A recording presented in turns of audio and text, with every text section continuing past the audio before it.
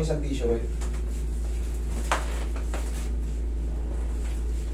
Hindi ba kami required na babalik-balik dito? Pwede naman. Pwede naman kung talaga may pain kayo. Abot mo na, Ben. Abot mo na. Hindi ba? Naman. Huwag na kanina eh.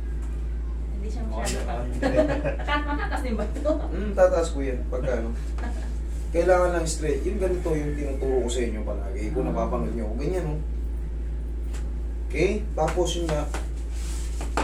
Kahit sa ospital, tinuturo ito eh. Yung ganyan oh. Oo, mga ganyan-ganyan na. Tinuturo yan. Kahit saan. Basta pag oh, ginanyan nyo. Hop. May sakit na. 1, 2, 3. Balik. Hop. Pagka medyo kaya pa, takpasan nyo ng dalawa. Okay. 1, 2, 3. Pero kung may baras kayo sa mga ano nyo, 1, 2, 3. Oo. Tapos after ng ano, Wala na ipunan na pangganaan. pag ginito kasi masakit. Paano siya masakit? Dito sa gawin, parang may litid dito. Pagka ginanyan. Pag ginanya mo masakit.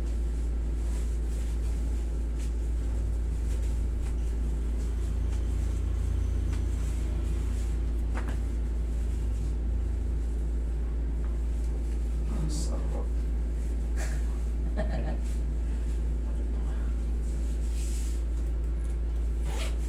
Uy, tingin ano. Patraction ka na rin yun. Oo nga. Parehas lang naman yun. Magkakapatid ba kayo? Panganay ako. Yung ate ko, hindi namin na-exam. Sana kami. So, beto sana kami, family reunion. Hindi ako naman dito minsan nagmamaghitig. Eh, hindi. Tabigin na rin natin yung balakang. So, balakang yan. Basta dyan. O, dito mo yung minarapag ka pa.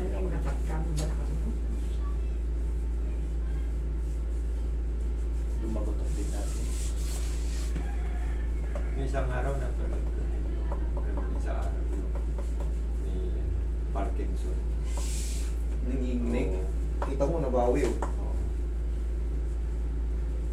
Rare din yung case na yun. Wala pa talagang ano yun. Eh, yung kumbaga sa akin, aminado ko, tsambahan pa yung treatment na yun kasi marami na nag-test nun, wala pa talagang makuha gamot nun. Adjustment, malaking bagay kasi pag na-decompress kayo, Si, nakasingaw yung ano. si Michael J. Fox na sikat nung araw. Nagkaroon na yan. Okay? Konti na. Sige, pag napahinga na yan, okay na. Tanggalin mo to. Dito naman tayo sa iyong katawan. Pwede na yung maligo bukas. Oo, kahit mamayang gabi, pwede kayo mga alas 10, alas 11. Parang Ako ano lang pa. ngayon. Huwag lang yung pag uwi nyo, tayo kayo sa sabak agad saan, kailangan papahinga muna. Lumili pa yun. Ayaw mo yan. Okay, hingang patagilid. Walang pangayong kung nga rin niya dyan. Lang ako. Yung napanood mo siguro yung sinabi ko, kakagating ka rito ng parang Scorpio ni Jollibee. Oo. Hindi, talagang ano ako, sutil ako. Sutil talaga ako. Parang king ko yung pagkakabidyo Oo. mo eh. Tsaka doon dati, puro full video pa yun. Bibihira ako nag-i-edit. Oo. Talagang Sabi ko, ano kaya ako pakiramdam ni Sir Marco ngayon pagka pinapanood niya yung... natatawa ako ron eh. Hindi, ginagawa ko talaga yun kahit dito.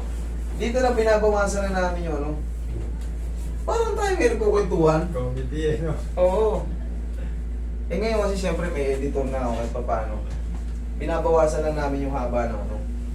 Kita nyo hindi nyo napapansin habang nag-ano nakikipagkwentuhan ako. Diba? Sutil talaga ako.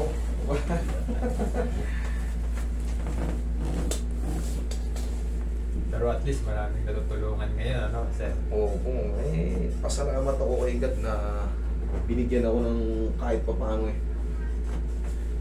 Golden hands tsaka ano. Golden heart.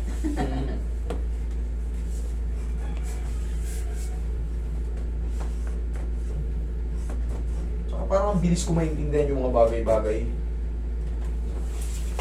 Yun ang napapansin ko, parang pag tinutuwang ko yung ano, di ba ang hirap, lalo sa mga ganyang anatomy, ang hirap ano yun.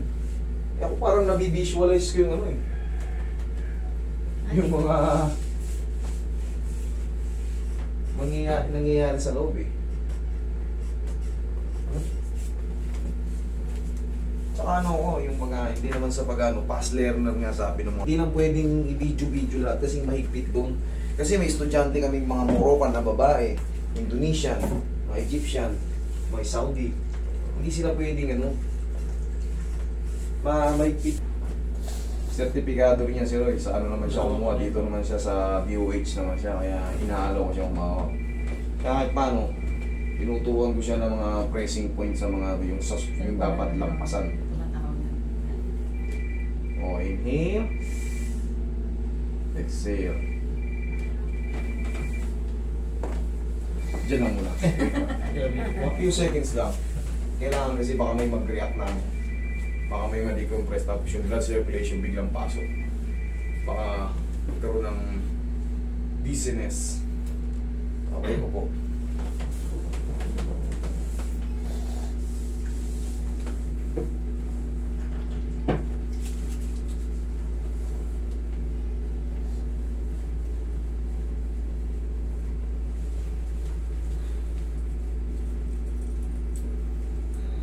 Naniniwala kasi ko dun sa ano niya.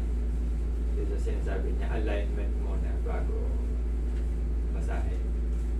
Oh yes, tama po. Bago hilot, alignment muna. Alignment muna. Dislocate yung shoulder mo. Hilutin ko yan, namamagay yung mga nerves mo, namamagay yung mga muscle mo, mga tendon mo. Hindi ko inalign. Oh. Eh di yun pa rin. Eh kung ibalik ko muna yung buto, namamaga lang naman yun kasi nga may dislocation. Eh kailangan nung ibalik muna. Kasi kahit anong haplos mo dyan, wala. Diba? Very simple logic. Kumbaga, alignment muna. Okay, sir.